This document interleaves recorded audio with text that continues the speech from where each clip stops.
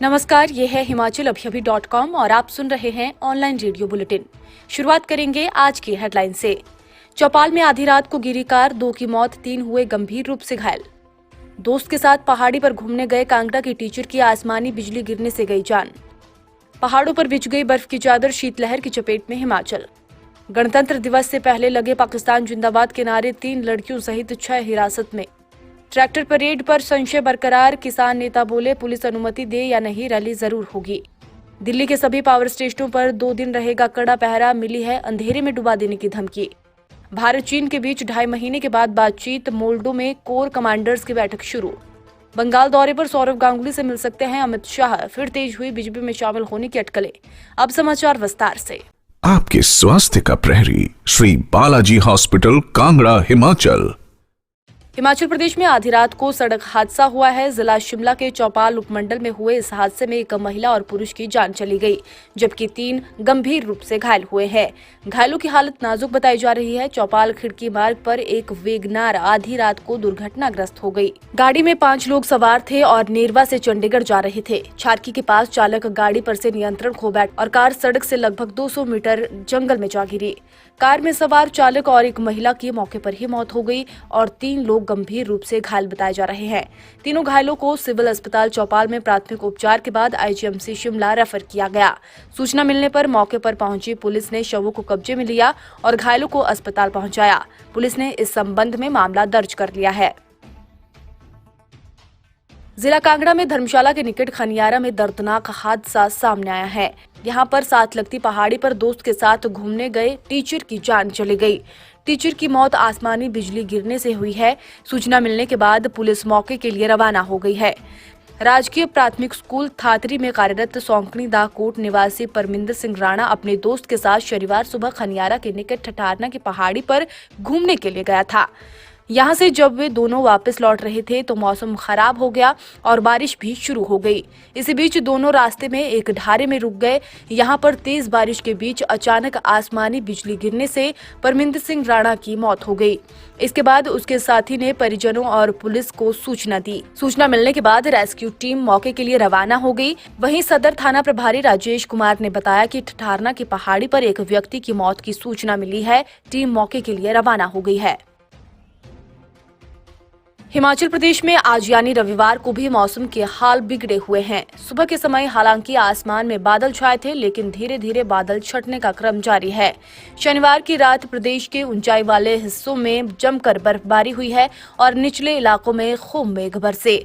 बर्फबारी के चलते पूरा प्रदेश शीतलहर की चपेट में है। जनजातीय जिला लाहौल स्पीति के समूचे क्षेत्र में बीती रात भारी बर्फबारी होने के कारण जनजीवन अस्त व्यस्त हुआ है। लाहौल में आवाजाही ठप हो गई है और मनाली केलांग राष्ट्रीय राजमार्ग 3 पर अटल टनल रोहतांग से वाहनों की आवाजाही बंद है। लाहौल स्पीति के सिस्सू में 1.5 फीट, उदयपुर में 1 फीट, जिस्पा में 10 इंच और केलांग में 8 इंच ताजा बर्फबारी दर्ज की गई है। ताजा बर्फबारी होने से किसानों, बागवानों और पर्यटन कारोबारियों के चेहरे खिल गए हैं। घाटी में विंटर टूरिज्म को प्रमोट करने के लिए इग्लू बनाए हैं। मौसम विभाग के अनुसार हिमाचल के मैदानी और मध्य पर्वतीय और उच्च पर्वतीय अधिकांश क्षेत्रों में बारिश और बर्फबारी की संभावना है। गणतंत्र दिवस से ठीक पहले दिल्ली में पाकिस्तान जिंदाबाद के नारों की गूंज सुनाई दी है।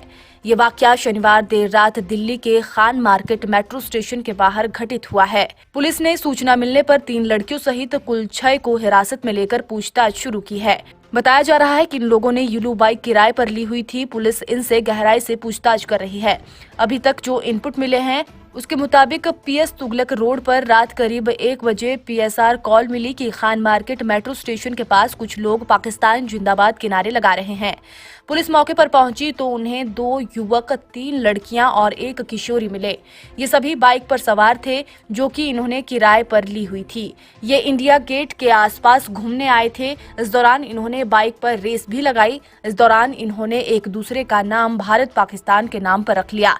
इसके बाद धीमी आवाज में पाकिस्तान जिंदाबाद के नारे लगाए। पुलिस इन सभी को हिरासत में लेकर इनसे पूछताछ कर रही है।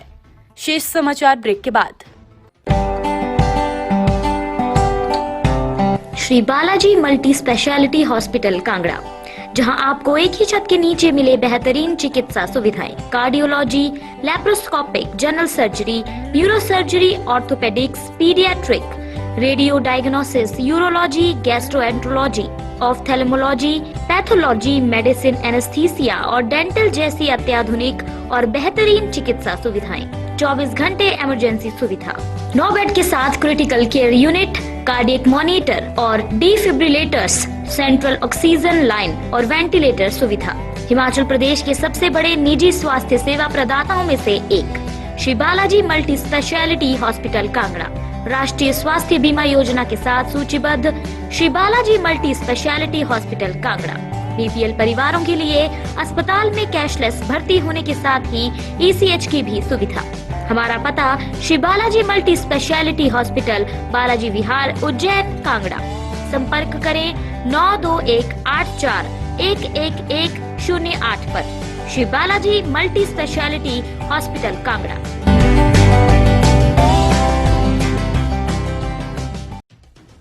कृषि कानूनों के खिलाफ दिल्ली की सीमाओं पर किसानों का विरोध प्रदर्शन 60वें दिन भी जारी है। 10वें दौर की बातचीत के बाद भी किसानों और सरकार के बीच बात नहीं बन पाई है। वहीं 26 जनवरी को दिल्ली में होने वाली ट्रैक्टर परेड को लेकर संशय बरकरार है। पुलिस का कहना है कि लिखित रूट नहीं मिला है, लिखित रूट मिलने पर बताएंगे। वहीं किसान नेताओं का कहना है कि पुलिस अनुमति दे या न दे, ट्रैक्टर परेड होकर रहेगी। किसान नेता जसबीर सिंह गिल ने कहा कि सरकार की अगली बैठक की तारीख तय करने की जो जिम्मेदारी है, सरकार उससे भाग नहीं सकती है। इस सरकार की एक परेशानी है कि जब भी इनकी नाकामी सामने आती है तो ये अपना दोष किसी और पर डाल देते हैं। सरकार को 26 जनवरी को इन कानूनों को रद्द करने का ऐलान करना चाहिए। गणतंत्र दिवस के मद्देनजर आतंकी समूह सिख फॉर जस्टिस समेत अन्य खालिस्तान समर्थित संगठनों द्वारा दिल्ली की बिजली काटकर राजधानी को अंधेरे में डुबा देने की धमकी के मद्देनजर दिल्ली के सभी ग्रिड व पावर स्टेशनों पर दिल्ली पुलिस का कड़ा पहरा रहेगा। 25 व 26 जनवरी को सभी ग्रिड व पावर स्टेशनों पर पुलिस की तैनाती रहेगी। इंटेलिजेंस की सूचना के बाद पुलिस आयुक्त SN श्रीवास्तव के निर्देश पर सभी 15 जिले के DCP के थानाध्यक्षों को पावर स्टेशनों पर 24 घंटे पुलिस की तैनाती रखने के निर्देश दिए। सभी आला अधिकारियों को भी इस पर पैनी नजर रखने को कहा गया है। कृषि कानून का विरोध कर रहे किसानों के पास वीडियो मैसेज भेजे जा रहे हैं। ब्रिटेन से भी लोगों के पास फोन आ रहे हैं जिसमें खालिस्तान समर्थित संगठन द्वारा आतंकी हमले की बात बताकर लोगों को 26 जनवरी के दिन घर से निकलने से मना किया जा रहा है। पूर्वी लद्दाख में वास्तविक नियंत्रण रेखा के पास भारत और चीन की सीमाओं के बीच चल रहे तनाव को कम करने के लिए आज एक बार फिर दोनों देशों के बीच सैन्य कमांडर स्तर की बैठक शुरू हो गई है। ये बैठक चीन की तरफ से बुलाई गई है। दोनों देशों के बीच करीब 2.5 महीने बाद कोई बैठक हो रही है। भारत और चीन के बीच चल रही सैन्य कमांडर स्तर की 9वें दौर की बैठक को लेकर भारत ने पूरी तैयारी की हुई है। भारतीय सेना की तरफ से लेह स्थित 14वीं कोर के commander lieutenant general PGK Menon, जबकि चीन की तरफ से PLA के दक्षिणी जिंगजियांग डिस्ट्रिक्ट के कमांडर इस बातचीत का नेतृत्व कर रहे हैं। दोनों देशों के बीच ये बैठक LAC पर चीन के मोल्डो BPM हट में चल रही है। मीटिंग का एजेंडा डिसएंगेजमेंट और डी-एक्सेलेशन होगा, यानी दोनों देशों के सैनिक LAC से पीछे हट जाएं और सैनिकों की तादाद भी कम कर दी जाए।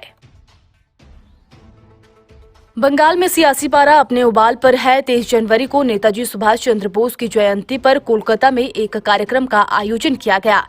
प्रधानमंत्री नरेंद्र मोदी की मौजूदगी में बंगाल की CM ममता बनर्जी ने बीजेपी कार्यकर्ताओं को मंच से ही खरी खोटी सुना दी। इस सब के बीच खबर आ रही है कि अमित शाह जल्द ही सौरव गांगुली से मिलने उनके घर जा सकते हैं। गृह मंत्री अमित शाह को इस महीने के अंत में बंगाल का दौरा करना है। 2 दिवसीय यात्रा के दौरान शाह BCCI अध्यक्ष सौरव गांगुली से मिल सकते हैं। भारतीय क्रिकेट टीम के पूर्व कप्तान सौरव गांगुली एंजियोप्लास्टी के बाद घर पर ही स्वास्थ्य के लाभ ले रहे हैं। बीते लंबे वक्त से गांगुली के बीजेपी में शामिल होने की चर्चा है। हालांकि बंगाल में युवाओं के बीच काफी लोकप्रिय दादा ने कभी खुलकर इस बारे में कुछ नहीं कहा। अब एक बार फिर अफवाहों का बाजार गर्म हो गया है।